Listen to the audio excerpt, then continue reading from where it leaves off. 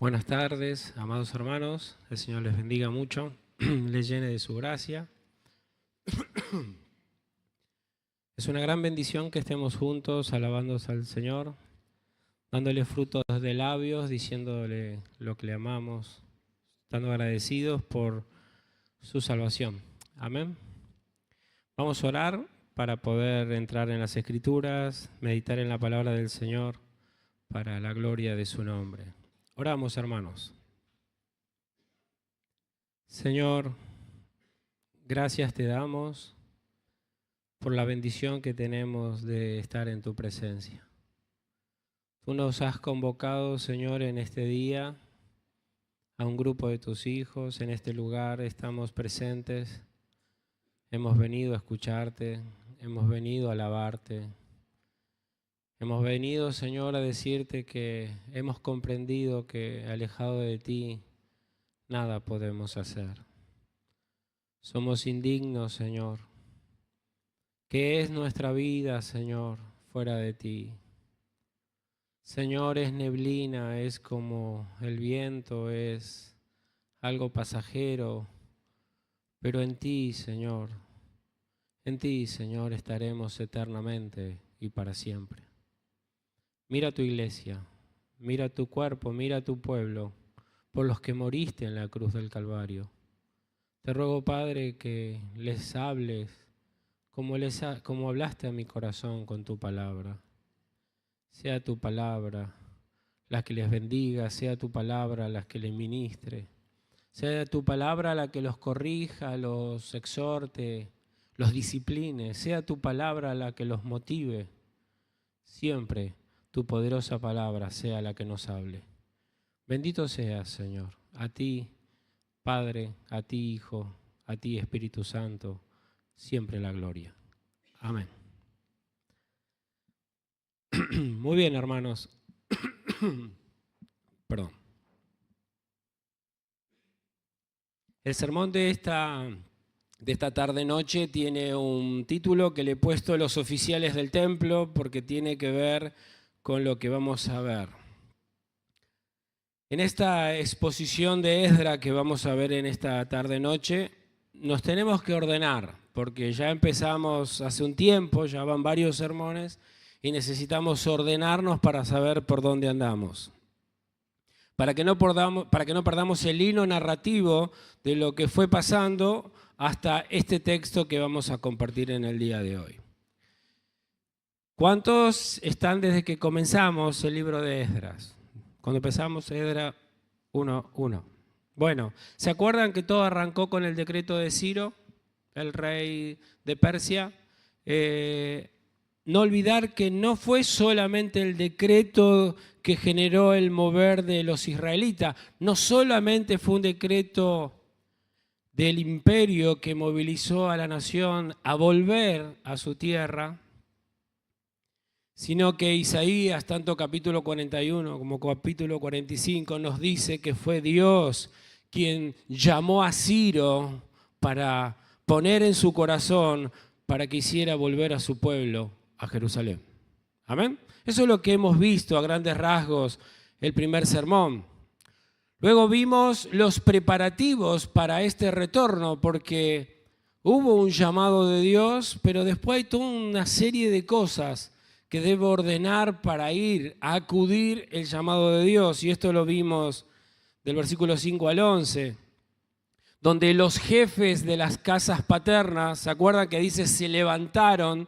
Bien decía el hermano, no es que estaban sentados, sino que se movieron, tomaron, accionaron. Hay mucha gente que escucha el Evangelio, pero no se levanta, no acciona.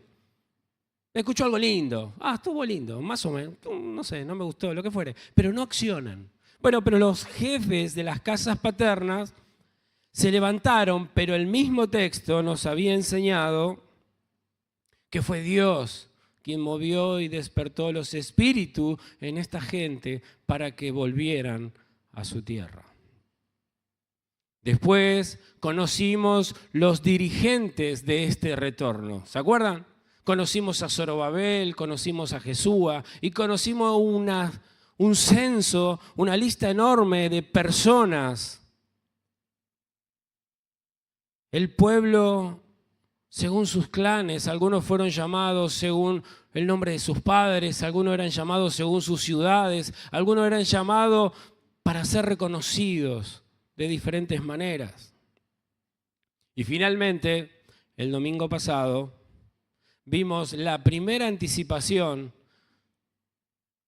de Zorobabel siendo una especie de tipo de nuestro Señor Jesucristo. ¿Y cómo Zorobabel parece el Señor Jesús? Bueno, es el gobernante, es el descendiente del rey David, y el Señor Jesucristo pertenece a la tribu y al mismo linaje real, pero Cristo es el último rey. Cristo no va a pasar su corona a nadie. ¿Amén? Fue puesta su corona en su cabeza para siempre. Cuando leemos el libro de Esdras a la luz de las profecías de Ageo que estuvimos viendo con el pastor el domingo pasado, Ageo capítulo 2, y también cuando veamos Zacarías, descubrimos que Zorobabel y Jesúa no son solamente personajes históricos, los cuales leemos en una historia y nada más. Están señalando, nos están mostrando a alguien con similares características a ellos, pero que va a permanecer para siempre. Siempre en las Escrituras está esto.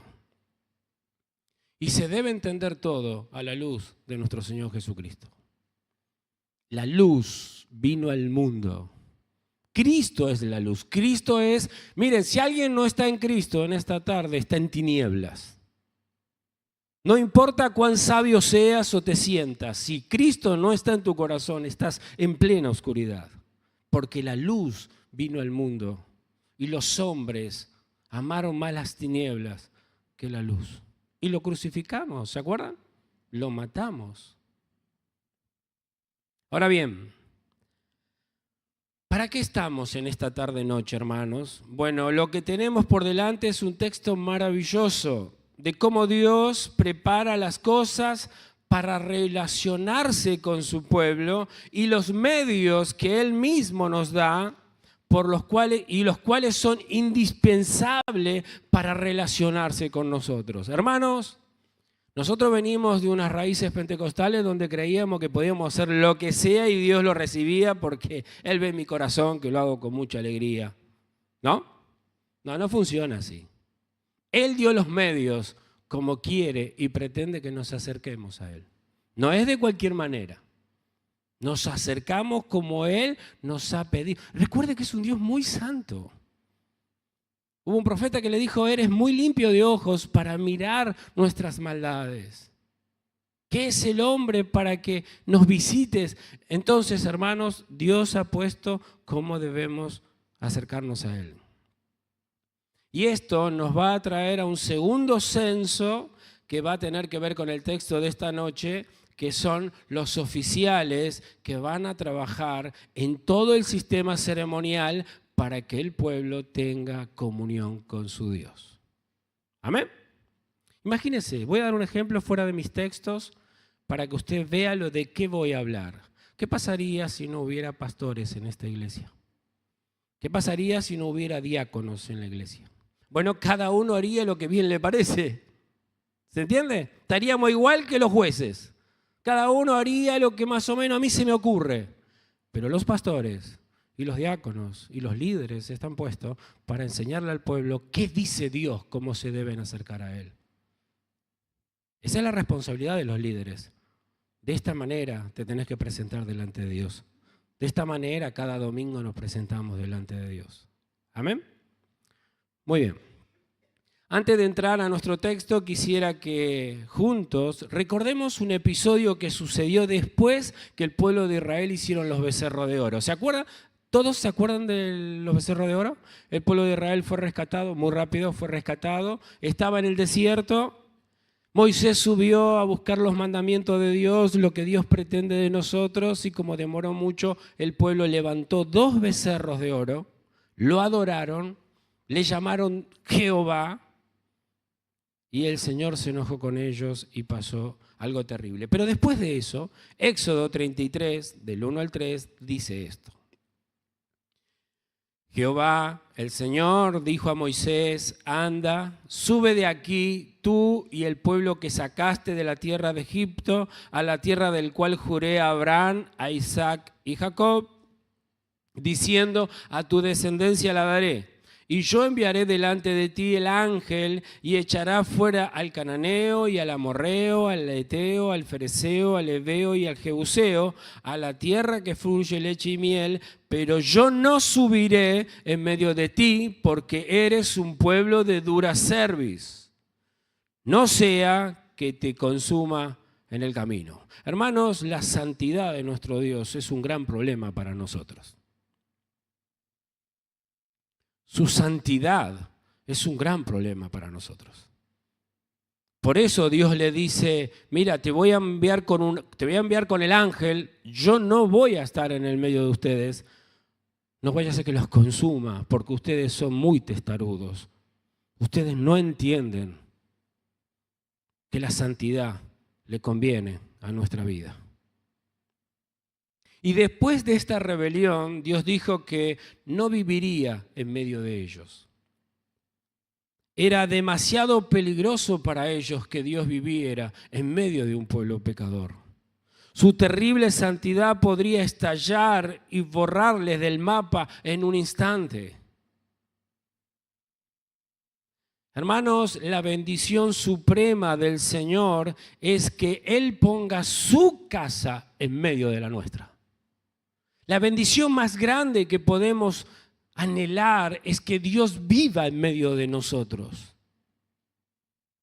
Éxodo 25, 8, esto fue antes del acontecimiento que leímos, dijo el Señor, y harán un santuario para mí y habitaré en medio de ellos. ¿Usted quiere que Dios viva en medio de usted? ¿Ustedes quieren que el Señor viva en medio de la iglesia? Bueno, hermanos, hay cosas que deben suceder, porque si no estamos corriendo riesgos que necesitamos ver en este día.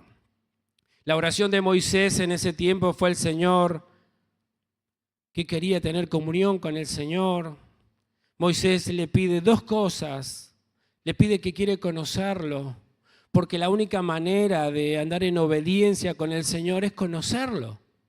¿Qué quiere el Señor de mí? ¿Qué le agrada? ¿Qué no le agrada? Por eso Moisés, sabiamente, lo primero que le pide es que quería conocerle. Y también Moisés subió un escalón más, quería conocer y quería ver su gloria. Hermanos, estas dos peticiones de Moisés son muy importantes para nuestra comunión. Conocer su buena voluntad y anhelar su gloria, no la nuestra. No la nuestra, su gloria. Lo que al Señor le agrada, lo que al Señor glorifica, no lo que a mí me interesa. Vamos a ver en esta noche que toda esta gente del censo han dejado todas sus comodidades para servir al Señor. Sus planes quedaron en Babilonia. En Jerusalén están los planes de Dios. Amén. Y Moisés ora de la siguiente manera en Éxodo 34:9, yo tengo la versión Dios habla hoy, diciendo, Señor, Señor, si en verdad me he ganado tu favor, acompáñanos. Esta gente es realmente muy terca, dice Moisés, pero perdónanos, perdona nuestros pecados y maldad y acéptanos como tu pueblo. Amén. ¿Qué oración? Si realmente, Señor, he hallado tu favor, acompáñanos. Hermanos, si el Señor no nos acompaña, estamos perdidos. Si el Señor no está en nuestras tiendas, nada tiene sentido. Ahora, con esto en mente, hermanos, de que Dios quiere habitar en medio de su pueblo, veamos el texto que tenemos hoy. Busque Esdras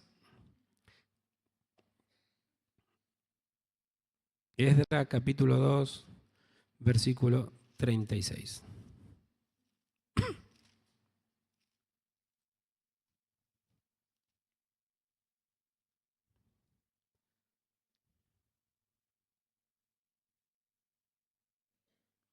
Muy bien, dice así, versículo 36, los sacerdotes, 2 puntos, ¿lo ve? Muy bien, lo primero que va a dar este censo número 2 es la lista de los sacerdotes. Y los sacerdotes son los hijos de Jedaías, de la casa de Jesúa, 973. Los hijos de Immer, 1052. Los hijos de Pasur, 1247. Los hijos de Harín, 1017. En total, la cantidad de sacerdotes es 4.289 sacerdotes. O sea, en este censo contaron que vinieron a Jerusalén 4.289 sacerdotes. Hermanos, un templo no sirve para nada si no hay una congregación. ¿Estamos de acuerdo? Si no, imagínense que esté vacío y yo esté hablando. Una locura, ¿no? O sea, deberían internarme. Ahora, si no hay congregación, el templo no tiene ningún sentido. Y en los sermones anteriores vimos que Israel ya era una congregación. Había familias que se congregaron para ir a Jerusalén. Pero por muy escogida que sea esa congregación, no pueden acercarse a Dios, al Dios verdadero, 3 veces santo, en su condición pecaminosa. Hermanos, para que el hombre pueda tener acceso a Dios, debe haber una remisión o perdón previo de sus pecados. Hermanos, no podemos acercarnos a Dios de cualquier manera. Lo mismo este pueblo que se congregó. Eran un grupo pequeño, pero un grupo al fin, pero necesitaban algo más. Pero Dios nunca remite o perdona los pecados porque sí. Hay muchas personas que creen que Dios es bueno y bueno, Dios perdona. Hermanos, Dios no puede perdonar porque sí. Un juez no está para perdonar, está para aplicar justicia. Entonces Dios tiene que armar todo un sistema ceremonial para perdonar al pecador y que el pecador se relacione con él. Dios de alguna manera tiene que quitar su culpa.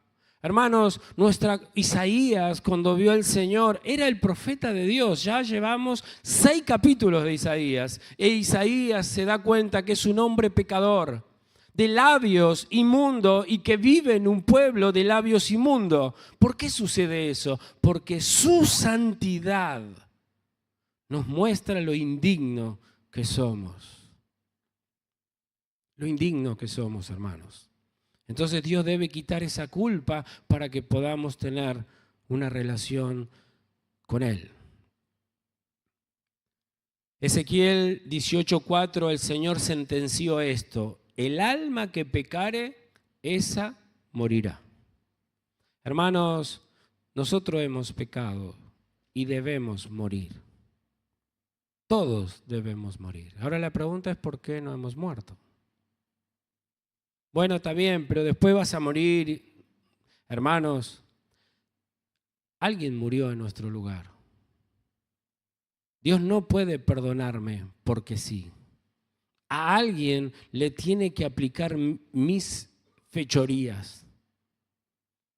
A alguien le tiene que trasladar todos mis pecados y cumplir y satisfacer su justicia hasta lo último, porque Dios no puede perdonar porque sí.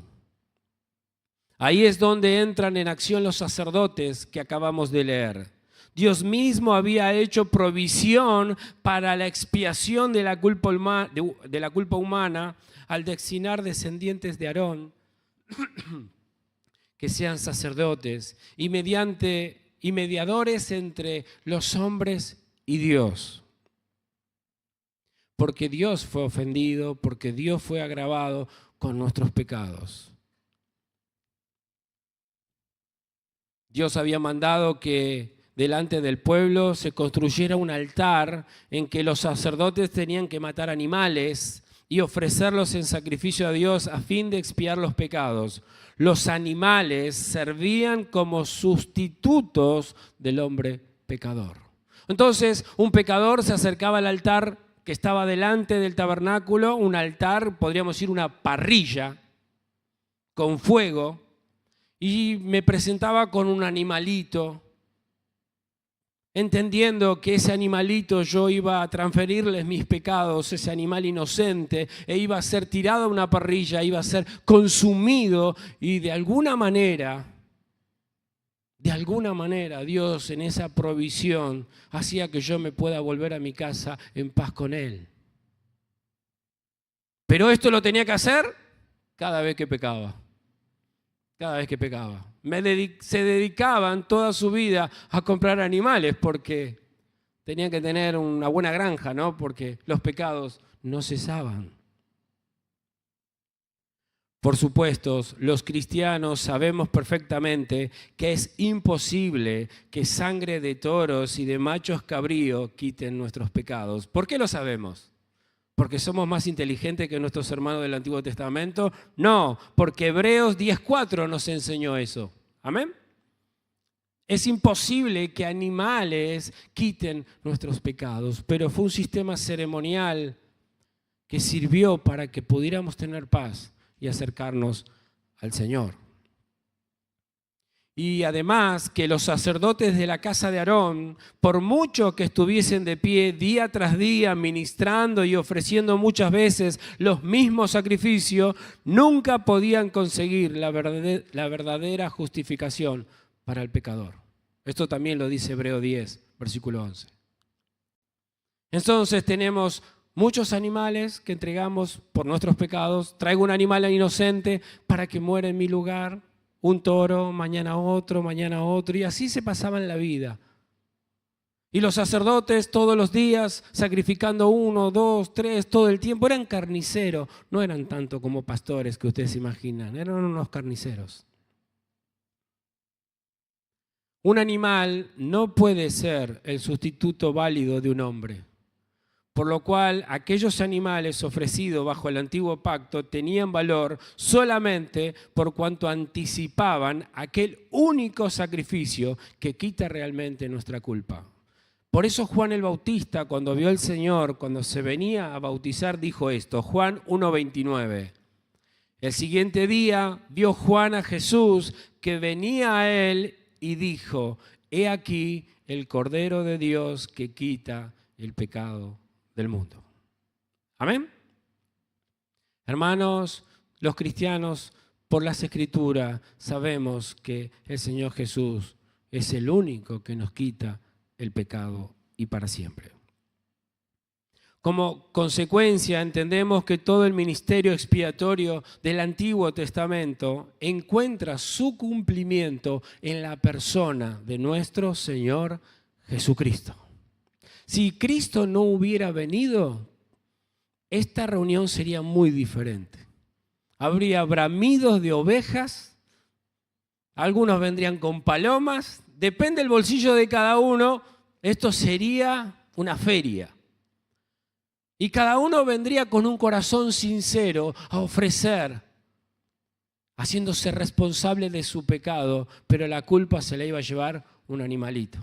Amén. Hebreos 9:12 dice, lo cual, todas estas cosas que vengo hablando, es un símbolo para el tiempo presente, según el cual se presentan ofrendas y sacrificios que no pueden hacer perfecto en cuanto a la conciencia al que practica ese culto, ya que consiste solo en temas de comida, de bebida, de diversas abluciones y ordenanzas acerca de la carne, impuesta hasta el tiempo de reformar las cosas. Pero, estando ya presente Cristo, sumo sacerdote de los bienes venideros por el más amplio y más perfecto tabernáculo no hecho de manos, es decir, no de esta creación, y no por sangre de machos cabrío ni de becerro, sino por su propia sangre, entró una vez para siempre en el lugar santísimo, habiendo obtenido eterna redención para todos nosotros. Hermanos, los hombres de nuestra lista que acabamos de leer, los sacerdotes, iban a Jerusalén para ayudar en la reconstrucción de un edificio que solamente era una representación del verdadero lugar santo que es nuestro Señor Jesucristo. Nosotros vamos a ver que estos hermanos van a reconstruir un altar, van a reconstruir un templo y van a reconstruir unos muros, pero todo eso es Cristo Jesús. Habían de reconstruir un sistema de sacrificios levíticos como el libro de Levítico nos enseña.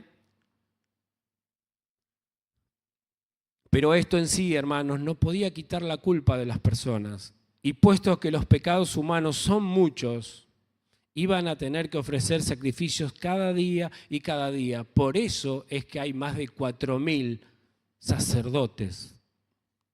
Porque tenían que ser muchos. ¿Se imagina que haya un solo sacerdote? Somos todos pecadores. ¿Se imagina? ¿Uno solo?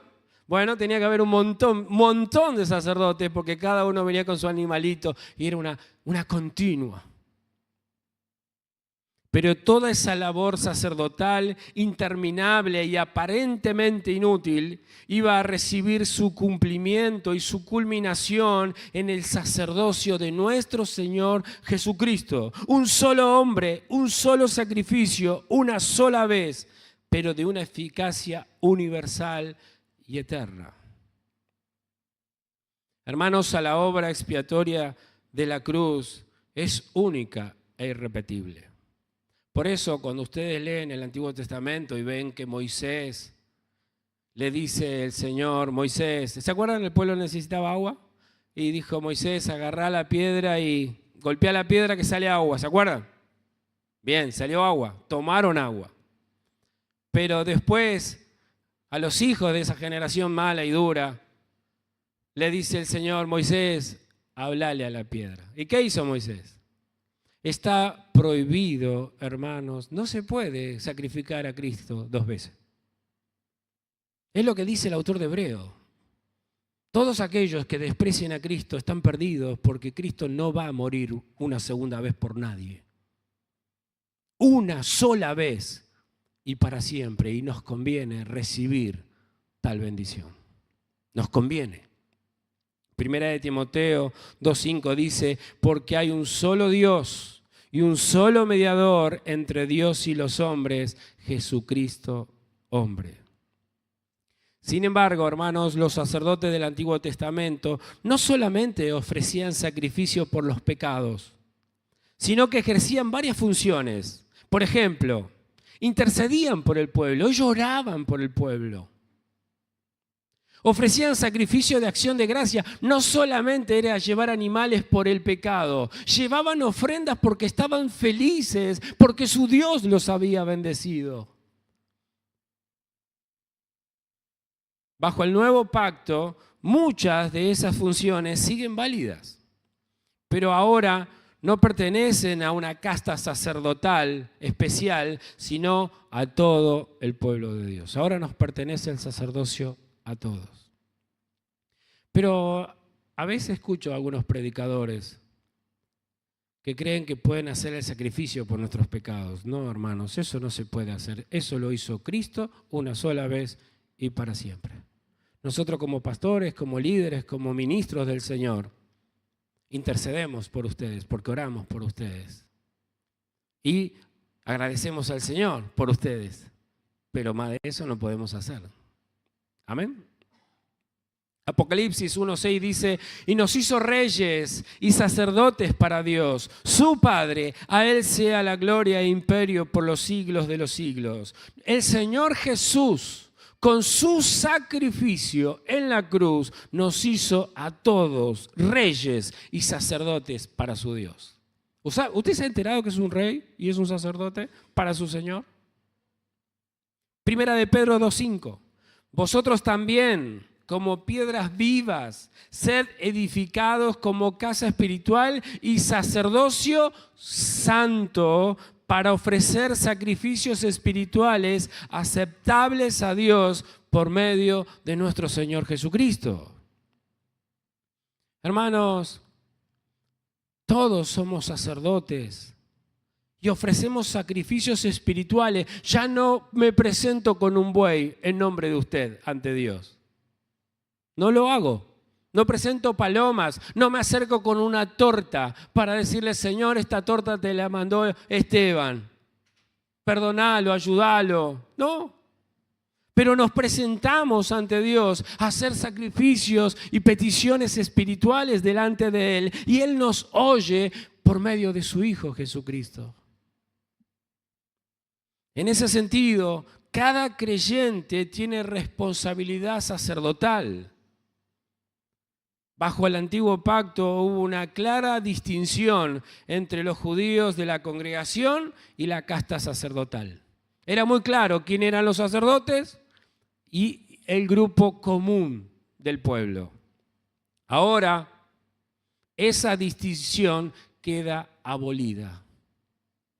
En Cristo el sacerdocio es de todos los creyentes. ¿No está contento? ¿No está feliz? Los hombres mencionados en nuestro texto, la gran mayoría habían nacido en el exilio y por tanto nunca habían ejercido el sacerdocio. No tenían ni idea, por primera vez iban a ejercer el sacerdocio. Ahora, además de dejar sus casas y de hacer el arduo viaje a Jerusalén y afrontar una vida precaria en una tierra desconocida como los demás judíos, tenían que emprender un nuevo oficio y asumir la inmensa responsabilidad de actuar como mediadores entre Dios y su pueblo. Hermanos, yo no sé usted, pero cuando Dios me llamó yo iba para otro lado. Yo tenía otros planes. Yo estaba más para copero del rey que para venir a levantar muros. Yo no sé usted, pero todos teníamos otros planes. Pero Dios movió el corazón nuestro y nos hizo venir a su pueblo y nos cambió a todo el oficio. ¿Amén? Yo en mi vida pensé que iba a predicar su palabra. Esto no lo tenía en mí. Por lo menos yo no me lo imaginé jamás. De igual modo, nosotros también, nuestras obligaciones como sacerdotes santos nos quedan muy grandes, hermanos. Créame que servimos un Dios santo y todos nosotros sabemos en lo más profundo de nuestro ser que nos queda grande el oficio. Y muchos no la hemos asumido adecuadamente. Es verdad que nos queda grande el título de ser sacerdotes de un Dios tan santo, pero muchos han descuidado el sacerdocio. Muchos ni siquiera han escuchado el llamado del Rey. No de Ciro, del Señor del cielo y de la tierra, que les ha llamado a venir a servirle. Hermanos, asistidos por el Espíritu Santo, tenemos que ejercer un ministerio de intercesión. Oramos unos por otros. Debemos presentar nuestros cuerpos en sacrificio vivo, como dice el libro de Romanos, santo, que es nuestro culto más inteligente que podamos hacer. No para que Dios perdone nuestros pecados, sino como sacrificios de acciones de gracia por haber recibido gratuitamente su perdón. Hermanos, nosotros que ya hemos conocido y recibido a Cristo en nuestro corazón, no me acerco a que me perdone mis pecados, voy a agradecerle de que mis pecados fueron perdonados en Cristo Jesús. Cada día no me alcanza. Cada día de decir gracias, Señor, porque mis pecados fueron perdonados en tu Hijo. Y debemos sacrificarnos. Mira, si hay cosas que debemos comprender como cristianos, que fuimos llamados a sacrificarnos, a trabajar, a esforzarnos, a dejar la comodidad e ir en busca de la voluntad de Dios. No creas esos predicadores que te llaman a la comodidad, a la bendición, a andar viajando. Nadie. No es bíblico. Dios te llamó a sacrificar tu vida. El que pierda su vida por causa de mí, ese la está encontrando. Ese es bendecido. Y tenemos la obligación de ofrecer continuamente sacrificios de alabanza a Dios. Es decir, el fruto de labios que confiesan su nombre y no os olvidéis de hacer el bien y de la ayuda mutua, porque de tales sacrificios se agrada a nuestro Dios. Somos sacerdotes que estamos agradecidos. ¿Cristianos deprimidos? ¿Cristianos tristes? ¿Cristianos enojados porque están enfermos? ¿Cristianos enojados porque la economía le va mal?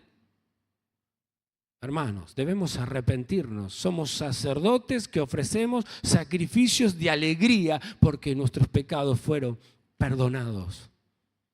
Si vos crees que tenés mayor problema que tu pecado, quiero decirte que estás equivocado. Mi problema es mi pecado.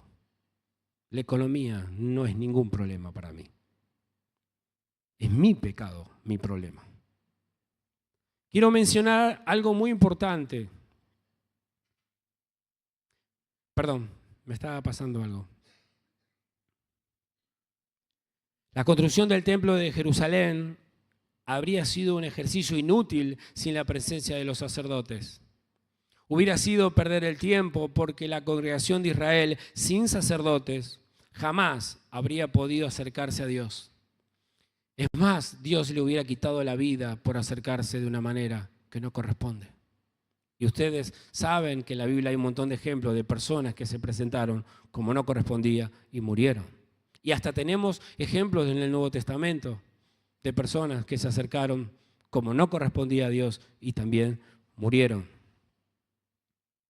El texto sagrado honra a los hombres mencionados porque sin su respuesta fiel al llamamiento de Dios, el templo no habría sido posible. Hermanos, Dios está feliz de tu obediencia.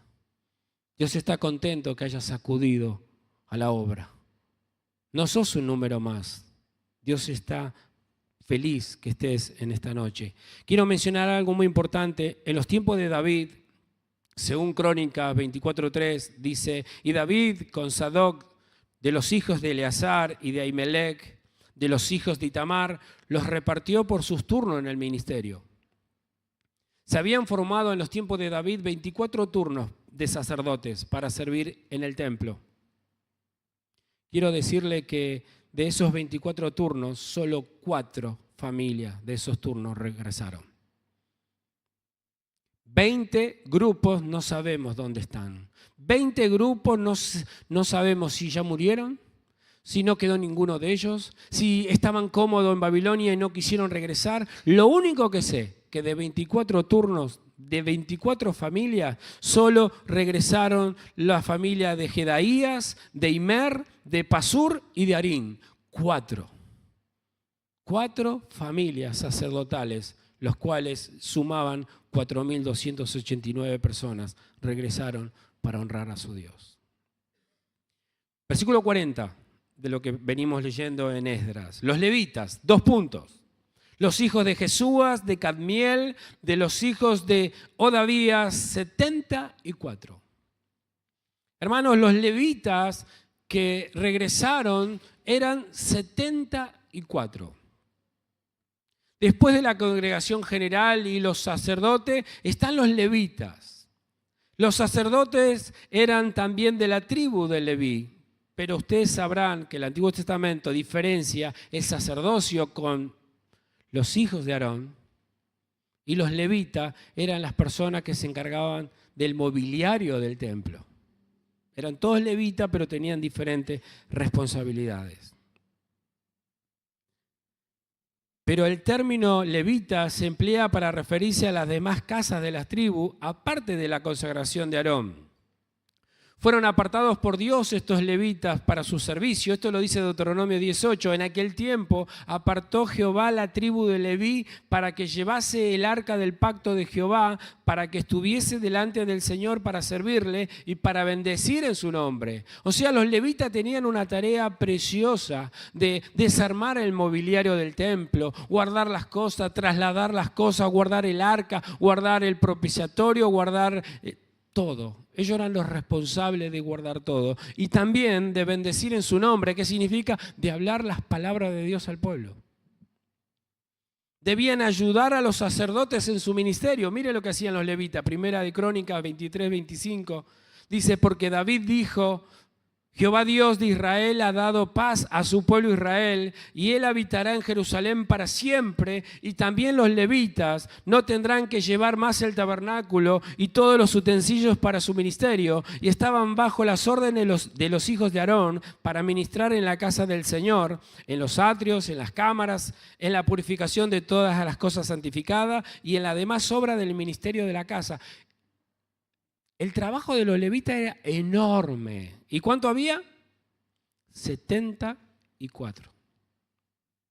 ¿Vieron que el Señor nos pide que pidamos obreros? Bueno, debemos pedir obreros, debemos pedir levitas.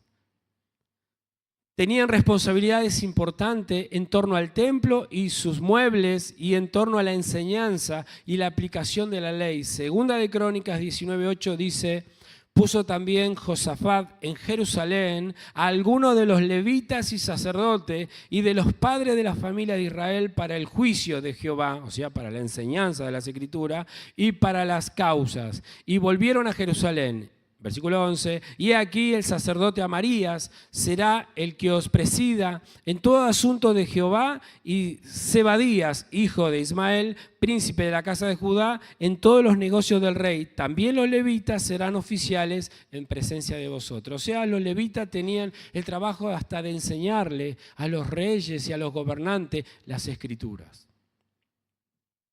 Para que pueda funcionar correctamente la casa de Dios, tiene que haber un pueblo dispuesto a adorar a Dios y vivir en estrecha comunión con Él. En segundo lugar, hace falta sacerdotes para servir como mediadores y reconciliar al pueblo con Dios, ofreciendo sacrificios de expiación entre nosotros. Esto lo hizo Cristo, esto no lo podemos hacer nosotros. Y en tercer lugar, vemos que el pueblo de Dios, si va a seguir en los caminos del Señor, necesita ser enseñado por su palabra.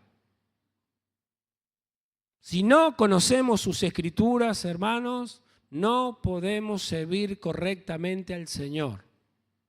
Y esta es la tarea de los levitas. Vale decir que este mismo patrón sigue vigente hoy en día. El pueblo de Dios, salvo y perdonado gracias a la obra propiciatoria de Jesús, necesita prestar atención a lo que Dios dice, estudiar, entender su revelación y obedecer su voluntad. Hermanos, no es que Dios te perdonó y... No, Dios ama tu obediencia. Dios requiere tu obediencia. Hago un paréntesis desde dentro de mi sermón. Hace un tiempo atrás me pasaba que nosotros los que somos cristianos hace mucho tiempo sabemos que el Señor nos dice que no debemos andar prometiendo ni haciendo promesas, ¿no? Que nuestro sí sea sí, dice el hermano Santiago, que tu no sea no. Y está muy bien. Pero cuando yo me convertí y era más irresponsable, me encantaba prometerle cosas al Señor. Yo le decía, Señor, voy a dejar de hacer este pecado. Y oraba. Pero andando el tiempo, como al Señor no le prometemos nada, he dejado de comprometerme con el Señor. A decirle, Señor, yo me comprometo a no faltarte el respeto nunca más. Lo que le agregué, siendo más viejo en el camino, fue, Señor, yo te prometo no pecar más, pero te pido un favor, ¿me ayudas para poder cumplirte lo que te estoy prometiendo? Hermanos, debemos comprometernos que vamos a obedecer a nuestro Dios. Debemos renovar nuestros votos con nuestro Dios. Lean los salmos, van a ver que está cargado de que Dios dice, cumplime los votos que me hiciste. Dijiste que me ibas a adorar, dijiste que me ibas a servir, dijiste que ibas a estudiar la Biblia, dijiste que ibas a leerla completa este año, dijiste que ibas a estudiar este libro, dijiste que ibas a orar a la mañana, al mediodía, como Daniel. ¿Cuántas veces? Pero hemos dejado de comprometernos con nuestro Dios y nos hemos vuelto personas flojas, incapaces de decirle al Señor, me comprometo a levantarme hasta la hora de adorarte. Ahora sí, te pido que me ayudes. a poder cumplírtelo. Hermanos, el Señor nos está llamando a tener un compromiso de ser sacerdotes valientes. Después de la redención y de nuestra salvación, viene la disciplina de conocer y obedecer la palabra de Dios. Por eso existe Esdras. El libro de Esdras es un continuado a que este pueblo que está regresando vuelva a la obediencia a la palabra de Dios. El número de sacerdotes sorprendentemente elevado, 4.289, pero de levita también es sorprendentemente bajo, 74. Son pocos los que enseñan la palabra de verdad. La gente se aburre de las escrituras. La gente quiere entretenimiento, la gente quiere escuchar, la gente quiere cultos cortos, la gente quiere un TikTok, la gente quiere todo chiquito. Nadie disfruta las escrituras. ¿Vamos a ser un pueblo así nosotros? ¿O no vamos a ser, como decían nuestros antiguos, nosotros somos el pueblo del libro? Nosotros somos el pueblo de la Biblia, nosotros somos el pueblo de las escrituras, disfrutamos las escrituras. Es nuestra comida, es nuestro maná. Es lo que Dios nos ha dado. Un montón de hermanos nuestros murieron para que tengamos las escrituras. Estos dos gallegos de la Reina Valera, les pasó de todo para traducirnos las escrituras. Y a nosotros no nos importa.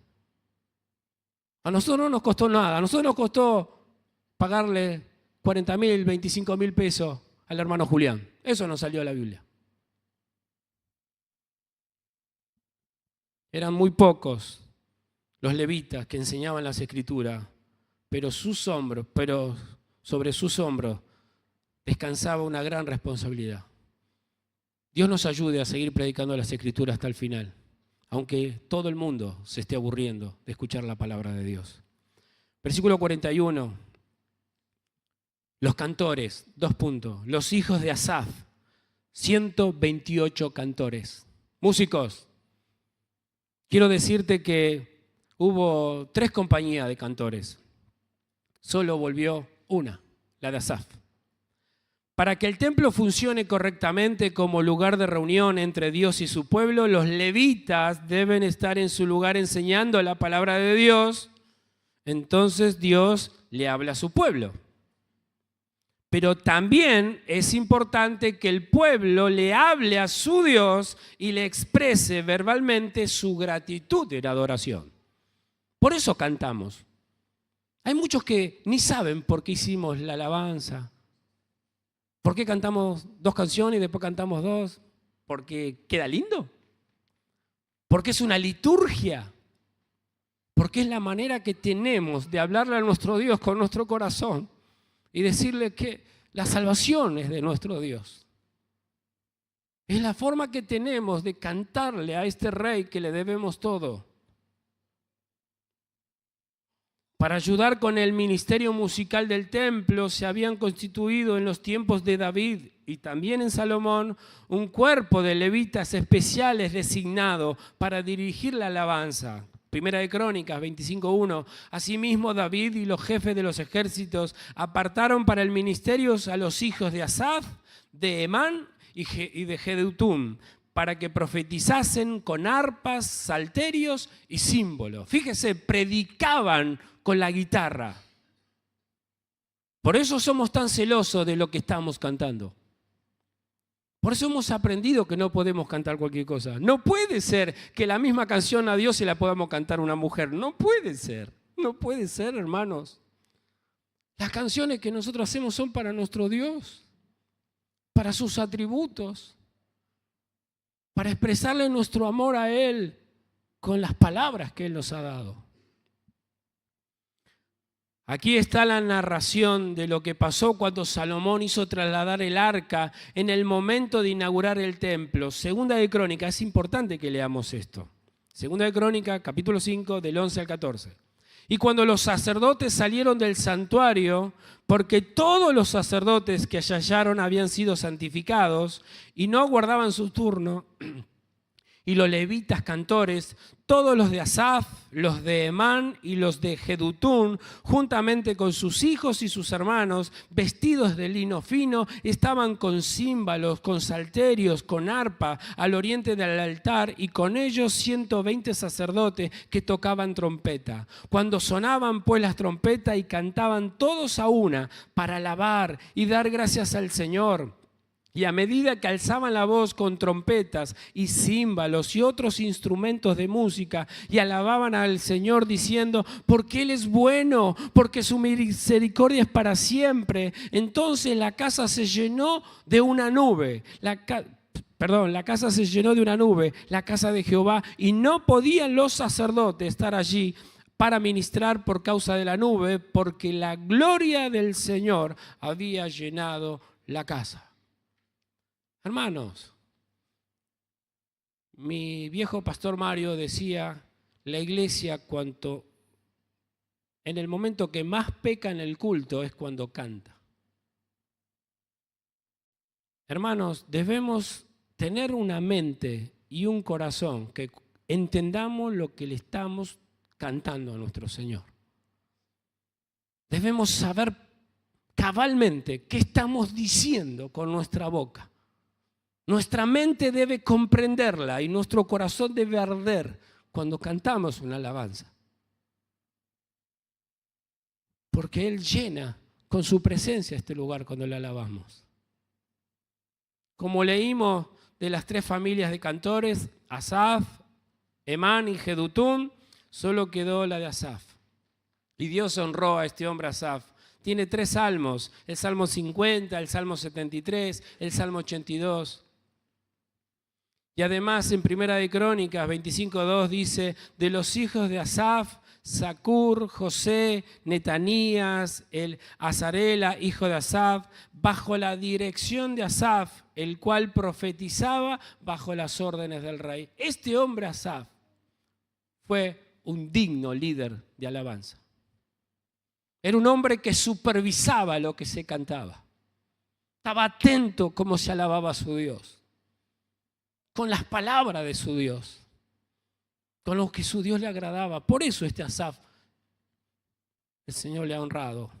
Sus 128 descendientes constituyen una clara evidencia de cómo el Señor honró a su siervo, guardando su linaje en medio del cautiverio babilónico. Versículo 42 de lo que venimos leyendo. Los hijos de los porteros.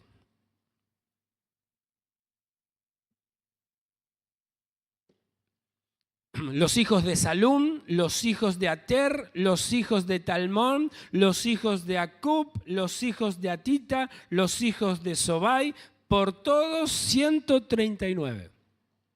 Había 139 porteros. Inicialmente con David y Salomón había 4.000. Para que usted vea lo poquito que volvieron. Los porteros, como los cantores, procedían también de los levitas, pero sus obligaciones eran mucho más extensas. Cuidaban el arca del pacto, supervisaban y administraban las ofrendas voluntarias. Recuerde que esta gente vigilaba los almacenes que estaban situados a las puertas del templo. Cuando veamos Nehemías vamos a ver que estos porteros trabajan mucho. Cierran las puertas de la ciudad, la abren, echan a todos aquellos que vienen a vender cosas los domingos, que es día del Señor. Al pueblo de Dios no le importa guardar el día del Señor. Nos hemos acostumbrado a este mundo. No nos damos cuenta y queremos que Dios nos bendiga. Y queremos que el Señor esté con nosotros y que viva con nosotros. ¿Y cuándo le honraremos? ¿Cuándo le daremos gloria? ¿Cuándo nos negaremos a nosotros mismos para honrarle? Y en algunas ocasiones estos porteros ayudaban a celebrar actos de purificación. Podemos suponer que se responsabilizaban en el antiguo pacto aproximadamente de aquellas mismas cosas que nuestros diáconos se encargan en la iglesia actualmente. En los tiempos de David eran como 4.000, pero quedaron 139. Siempre, cuando hay que hacer el trabajo, son pocos. Versículo 43 de lo que venimos leyendo de Esdras. Los sirvientes del templo, los hijos de Sia, los hijos de Azufa, los hijos de Tabot, los hijos de Querós, los hijos de Sia, los hijos de Padón, los hijos de Levana, los hijos de Agaba, los hijos de Acub, los hijos de Agab, los hijos de Salmai, los hijos de Anán, los hijos de Gidel, los hijos de Gaar, los hijos de Reaía, los hijos de Resín, los hijos de Necoda, los hijos de Gazán, los hijos de Usa, los hijos de Pesad, los hijos de Besai, los hijos de Asena, los hijos de Meunim, los hijos de Nesufín, los hijos de Bakbuk, los hijos de Acufa, los hijos de Arur, los hijos de Baslud, los hijos de Meida, los hijos de Arsa, los hijos de Barcos, los hijos de Císara, los hijos de Tema, los hijos de Nesía, los hijos de Atifa. ¿Por qué los leo? Porque si yo estuviera en esta lista, yo quisiera que mi Dios me tenga presente. Los hijos de los siervos de Salomón, que son los mismos, nada más que fueron separados para servir al rey. Los hijos de Sotai, los hijos de Soferet, los hijos de Peruda, los hijos de Jaala, los hijos de Darcón, los hijos de Gidel, los hijos de Cefatía, los hijos de Atil, los hijos de Pokeret Asebaín, los hijos de Ami, todos los sirvientes del templo e hijos de los siervos de Salomón, 392. Todos estos sirvientes no necesariamente eran levitas. Eran personas que tenían ganas de servir al Señor y no necesariamente pertenecían a la tribu de Leví. Los levitas eran separados por Dios para tarea exclusivamente del templo. Pero esta gente, los sirvientes del templo y del rey, tenían que ocuparse de los trabajos más humildes, como la limpieza del templo. Recuerden que eran carniceros los sacerdotes, sangre por todo lado, sebo. ¿Y ellos qué hacían? Limpiaban, ordenaban, ayudaban. A causa de los constantes sacrificios ofrecidos en él, el templo era una especie de matadero. Lo hermoso de todo esto, hermano, es que el Espíritu Santo haya querido registrar estos humildes obreros. Y esto es lo que me duele muchas veces de mucha gente en las iglesias, que anda mirando si la tarea que tiene es grande o es chiquita. Si predica es importante. No, la tarea que mi Dios me dé es importante. No me importa si la tarea es chica o grande, mi Dios es grande. No me interesa la tarea. Es nuestro Dios a quien amamos. Todo acto de fidelidad, no importa lo humilde e inadvertido que sea, según la mirada humana, todo es importante para nuestro Dios. Él en Mateo 10:42 dijo: y cualquiera que dé a uno de estos pequeñitos un vaso de agua fría solamente, por cuanto es discípulo, de verdad os digo que no va a perder su recompensa. El Señor está atento de un vaso de agua que podamos darle a uno de sus hijos. Hace unos meses fuimos con Richard a San Telmo y estuvimos enfrente de una fachada de un edificio histórico, todo muy bonito. Por dentro estaba destruido, pero por fuera bastante raro, lindo. Y tenía en el hormigón grabado la constructora que lo había hecho y el nombre del arquitecto. Eso me sorprendió. Y lo que más me sorprendió es que no estaban los albañiles ni los ayudantes. Eso no existen. Pero para Dios, los albañiles y los obreros existen. Y se los ha nombrado uno por uno. Hermanos, vos tenés que estar feliz que Dios te dé una tarea. El Dios Santo te ha dado una tarea. Primera de Pedro 2:4 dice: acercándoos a Él, piedra viva, desechada ciertamente por los hombres, mas para Dios Jesús es Precioso. Vosotros también, como piedras vivas, sed edificado como casa espiritual y sacerdocio santo para ofrecer sacrificios espirituales aceptables a Dios por medio de Jesús, por lo cual también contiene la Escritura: he aquí pongo en Sión la principal piedra del ángulo. Jesús es escogido y precioso, y el que cree en Él no va a ser avergonzado jamás. Serví a tu Señor. Por más que la tarea sea chiquita, Él no se olvida lo que vos haces por amor a su nombre. Nosotros también, al edificar la casa de Dios bajo las órdenes de nuestro Señor Jesús, debemos recordar que hay diversos dones, ministerios, llamamientos. Hacen falta tanto sirviente hoy en día como en entonces. Con Dios no hay acepción de personas. Todos somos diferentes y tenemos diversas funciones que cumplir. Algunos tienen dones que destacan más en público y que reciben más reconocimiento, pero delante de Dios los aplausos no sirven para nada. Si alguien quiere estar contento, es que Dios, cuando lo vea a usted, le salga una sonrisa. El hecho de que la cifra total mencionada, 392, engloba un solo grupo de los sirvientes del templo con los hijos de los sirvientes de Salomón, sugiere que formaban un solo grupo de una tarea. El número total de estos sirvientes humildes es mayor que el número total de las diferentes clases de levita, porque junto los levitas, cantores, porteros, suman 341.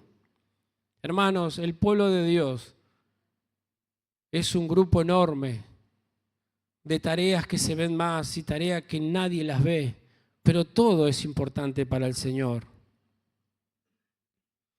Estoy terminando. Primera de Crónicas 12,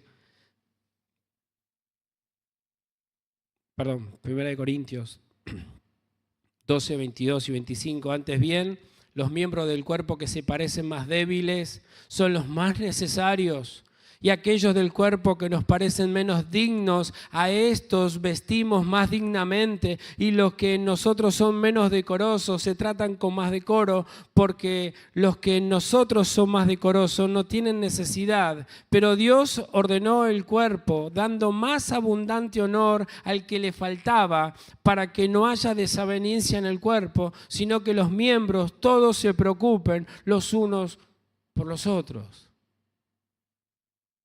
Déjeme concluir de esta manera. Concluimos que Dios quiere vivir con nosotros y quiere colocar en medio de nosotros su tienda, y ha provisto todo lo necesario para que Él viva en medio de nosotros. Pero permítanme decir algo final. Dios no quiso poner su tienda para vivir con su pueblo en Egipto, al igual que no quiso poner su tienda para vivir con su pueblo en Babilonia. Él decidió poner su tienda en Jerusalén. Y Jerusalén significa ciudad de paz. El Salmo 85:10 dice: la misericordia y la verdad se encontraron, la justicia y la paz se besaron. Y para armonizar la misericordia con la verdad, y para que la justicia se pueda besar con la paz, debe estar solucionado el tremendo problema que tenemos todos nosotros, que es nuestro pecado. Hermanos, para que vos puedas vivir en Jerusalén con Dios en paz, tiene que estar solucionado tu pecado. Tiene que estar solucionando mi pecado. Amigo que nos escuchás en esta noche, y para vos también, hermano mío, que te congregás con nosotros, al igual que este pueblo que está regresando a la ciudad de Dios, nosotros también, si pretendemos vivir en su ciudad, debemos amar la obra de Jesús. Jesús fue el altar, Jesús fue la ofrenda y Él mismo fue el sacerdote en la cruz del Calvario, para limpiarte y pasarte de enemigo de Dios a estar en paz con Él. Y por este cambio de condición de enemigo a hijo de Dios, es que Dios espera de ti un sacerdocio santo y agradecido, sin orgullo, sin vanidades, un servicio humilde, sin mirar la tarea si es chica o grande. No es la tarea lo más importante, sino Dios que te dio la tarea. Dios te bendiga por Cristo nuestro Señor. Hermano pastor. Amén. Una lista grande de hombres, de mujeres que regresaron a Jerusalén y tenían un propósito, ¿no? Dios tenía un propósito de que fuera restaurada la comunión con Él. Y vemos que todos estaban involucrados, ¿no? Había sacerdotes, levitas, cantores, porteros, sirvientes. Cada uno tenía una función, pero entre todos iban a asumir esta responsabilidad. Hermanos, sí, esto es la iglesia hoy.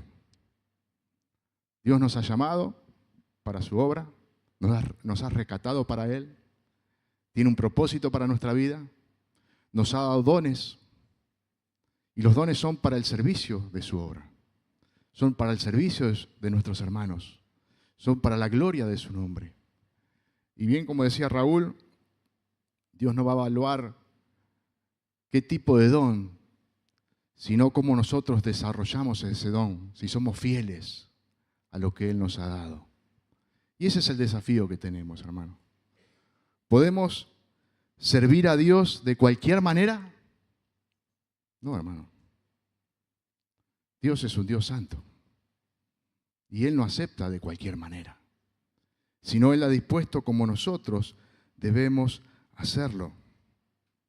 Debemos servirle con temor, con reverencia, sabiendo a quién estamos sirviendo. Por eso en esta noche su palabra tiene que hacernos reflexionar y examinar nuestra vida. ¿Qué importancia tiene la palabra de Dios para mí? ¿Qué valor ocupa la palabra de Dios en mi vida? Como decía Raúl, hay hombres que dieron su vida para que hoy tengamos su palabra. Y hoy su palabra la tenemos, casi todos tenemos Biblia en papel, Biblia en el celular, Biblia en la pantalla, Biblia que puede ser audible, que la puede ir escuchando mientras van viajando en el colectivo. Nadie puede decir, no tengo la posibilidad de escuchar la palabra de Dios. Ahora, ¿qué importancia tiene esa palabra en mi vida? ¿Entra por acá y sale por acá? ¿O realmente tiene un valor para mí? ¿Qué importancia tiene el obedecer al Señor? ¿Me da lo mismo obedecerle o no obedecerle? ¿O realmente deseo obedecerle? Y cuando fallo, hay dolor en mi corazón. Que ese dolor me guía al arrepentimiento, a la confesión, a buscar el perdón de Él. ¿Qué lugar tiene el pecado en mi vida? Vamos a ver que luego que termina esta lista, lo primero que va a suceder es, se va a levantar el altar, el culto al Señor. Antes de poner los cimientos del templo, lo primero es el altar. Hermanos, lo primero es estar a cuenta con el Señor. Yo no puedo servir de cualquier manera, yo no puedo vivir de cualquier manera. Y para eso debemos ir a Cristo constantemente. Juan nos dice en su primera carta que pecamos. Si decimos que no pecamos, somos mentirosos y la verdad no está en nosotros. Pero cuando reconocemos que pecamos, no es para seguir pecando, sino para confesarlo e ir a nuestro abogado, que es Jesucristo, buscando su gracia y su perdón para nuestra vida. Que el Señor nos ayude como iglesia a que la palabra de Dios sea relevante, importante, pero no solamente que la conozcamos, como decía Raúl, debemos conocer su palabra, debemos conocer al Señor para obedecerle, pero que no nos quedamos en el conocimiento, sino en que esa palabra sea aplicada a mi vida. Ese debe ser nuestro deseo todos los días. Y que podamos honrarle a Él con temor y con reverencia. Amén. Yo le invito a ponerse de pie.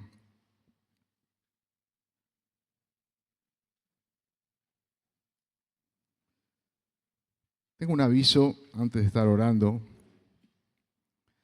Seguramente los hermanos de arriba van a poner el gráfico. Tenemos un casamiento en el mes de agosto. Falta todavía un mes y medio.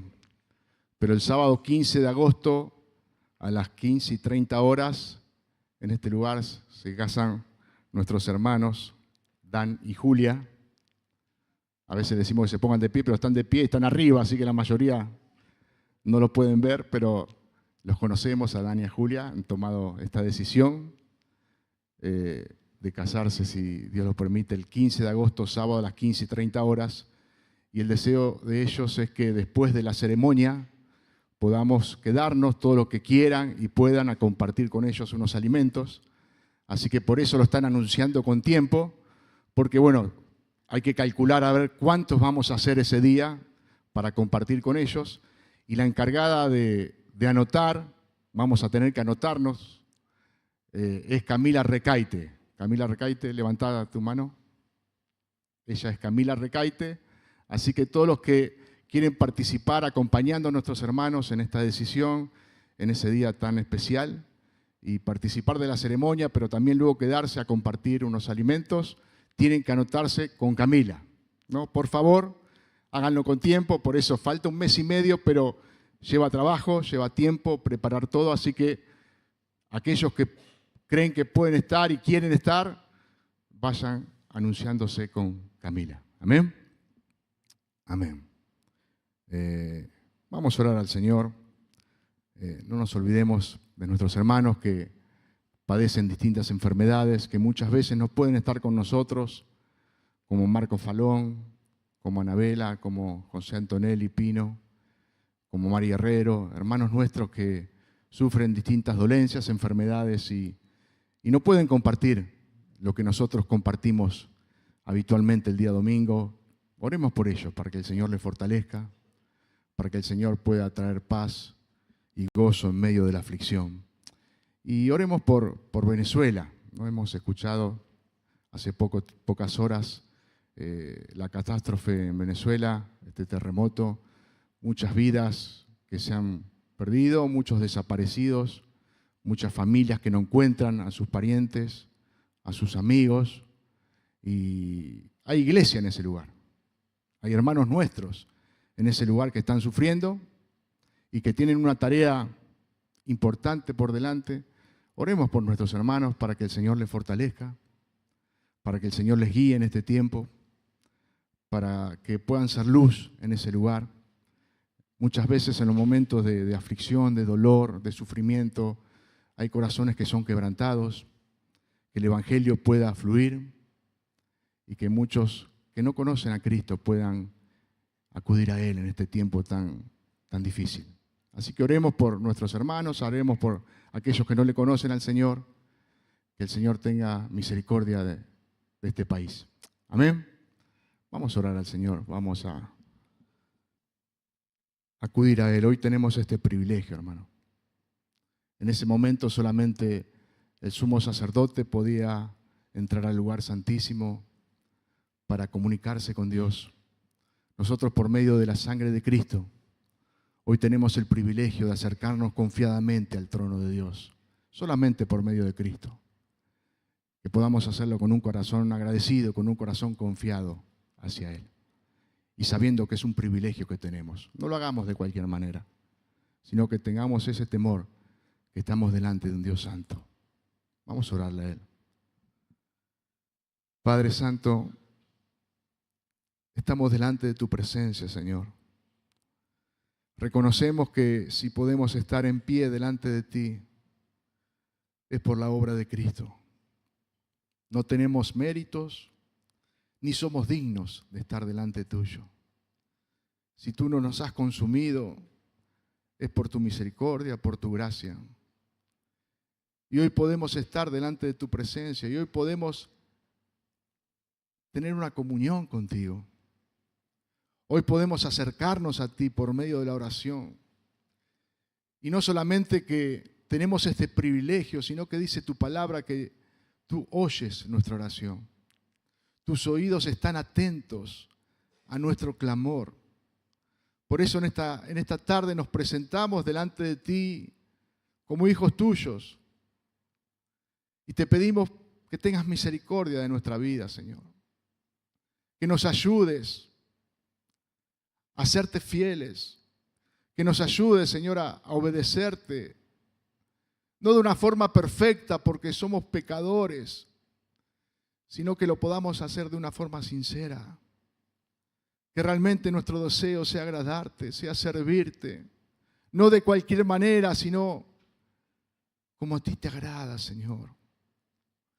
Danos la gracia para poder hacerlo. Y que nos podamos gozar y alegrar que tenemos este tan gran privilegio de servirte a ti, Señor. Gracias te damos en esta tarde por tu palabra. Gracias porque tu palabra es el alimento que tanto necesita nuestra alma. Señor, fortalécenos con tu palabra. Límpianos con tu palabra. Renueva nuestras vidas, Señor. Que realmente tu palabra sea el sustento cada día de nuestra vida, Señor. Gracias por este tiempo y gracias por nuestros hermanos, Señor. Yo te doy gracias por cada uno de mis hermanos, porque juntos, Señor, tú nos has llamado en este lugar a servirte a ti. Ayúdanos, Señor, a hacerlo de una manera responsable y que podamos glorificar tu nombre en todo lo que hacemos. Te pedimos por aquellos hermanos nuestros que hoy no pueden estar con nosotros, por Pino, por Marcos, por Anabela, por María Herrero, por tantos hermanos que sufren distintas enfermedades, dolencias, que tú les fortalezcas en este tiempo, que en tu mano de gracia esté sobre sus vidas, que ellos puedan gozarse en ti en medio de la aflicción, en medio del dolor, que por sobre todas las cosas te puedan mirar a ti, Señor. Señor, te pedimos por Venezuela, Señor, por este país, hermano, que ha sufrido esta catástrofe. Que tú tengas misericordia, Señor. Que tú alcances, Señor, a aquellas personas que están sufriendo, que están padeciendo. Que tu iglesia en ese lugar pueda hacer luz, Señor. Fortalece a nuestros hermanos, Señor. Cuida de ellos, Señor. Renuévales en este tiempo, Señor. Y dales gracia, dales sabiduría de cómo afrontar esta situación, este momento tan difícil. Y ten misericordia de aquellos que aún no te conocen, Señor. Que sus corazones sean quebrantados y puedan ir a ti en arrepentimiento y fe, Señor. Gracias te damos en esta tarde. Gracias por este domingo. Gracias por este día que tú preparaste para que como iglesia te vengamos a adorar, te vengamos a alabar, te vengamos a ofrendar y también vengamos a escucharte a ti, Señor. Que en esta semana nueva que hoy ha comenzado podamos agradarte, Señor, podamos servirte en el lugar donde estemos, en lo laboral, en el estudio, en nuestro hogar, en nuestro vecindario, que podamos ser fieles hijos tuyos, Señor. Que podamos ser fieles sacerdotes en el lugar donde nos has puesto y podamos glorificar tu nombre en todo lo que hagamos. Te bendecimos, te honramos, te glorificamos, te esperamos, Señor. Esperamos tu venida. Que estemos atentos, vigilantes, velando, Señor, porque ese día se acerca. Alabamos y exaltamos tu nombre. En el nombre de Cristo Jesús oramos. Amén.